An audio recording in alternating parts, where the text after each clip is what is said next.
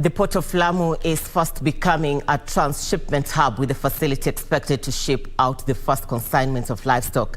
The more than 15,600 heads of livestock are expected to be shipped out to the port of Salala in Oman tomorrow from the Port of Lamu aboard MV Banyas 1.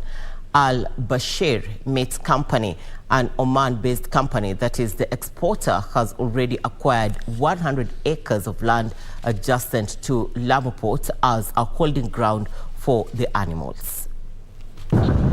According to Lamu Port, Cargo Operations Manager Peter Masinde said the government will establish animal holding grounds in Bargoni near Kenya Defence Forces barracks in Lamu and a laboratory facility in Witu to facilitate the vaccination of the animals. The Port of Lamu was operationalized in May last year by retired President Uhuru Kenyatta, and since then it has so far handled 13 vessels. According to Al Bashir Meat Company International Trader Manager Jack Onyango, this is the first consignment from the Port of Lamu, and he is optimistic that port's proximity to Salala Port in Oman will help boost exports. This is a trial. We've done this 3 times, twice from the port of Mombasa, which was quite successful, but we moved to Lamu, one because of the proximity to the Salala port.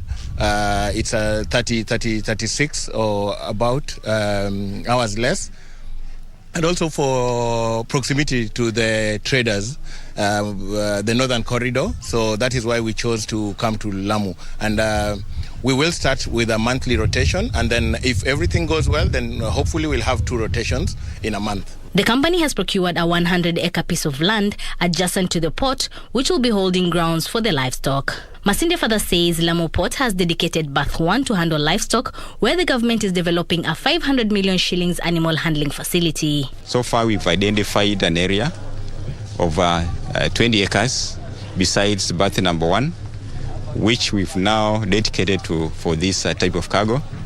And the Department of Livestock has already budgeted and allocated funds to fully develop this facility.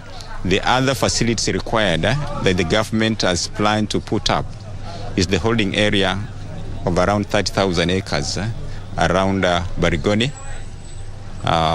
which is about 15 kilometers from the Port of Lamu. Once complete, we'll handle live animals for export to Oman, Saudi, Qatar, Kuwait, and all other Middle East countries. Livestock farmers have been urged to take advantage of the exercise and ensure that their livestock is in good health despite the biting drought experienced across the country.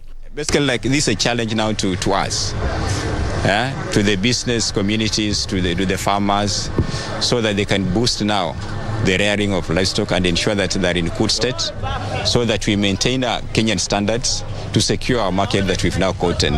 Governor of Lamu, he's been very supportive, and he's assured us that he'll give us support, whatever support that we need to make this a success. And he's also had meetings with key stakeholders to ensure that hay is planted locally, people take good care of the animals so that they can bring it to this facility. For Business News from Lamu County, I am Anne Boro.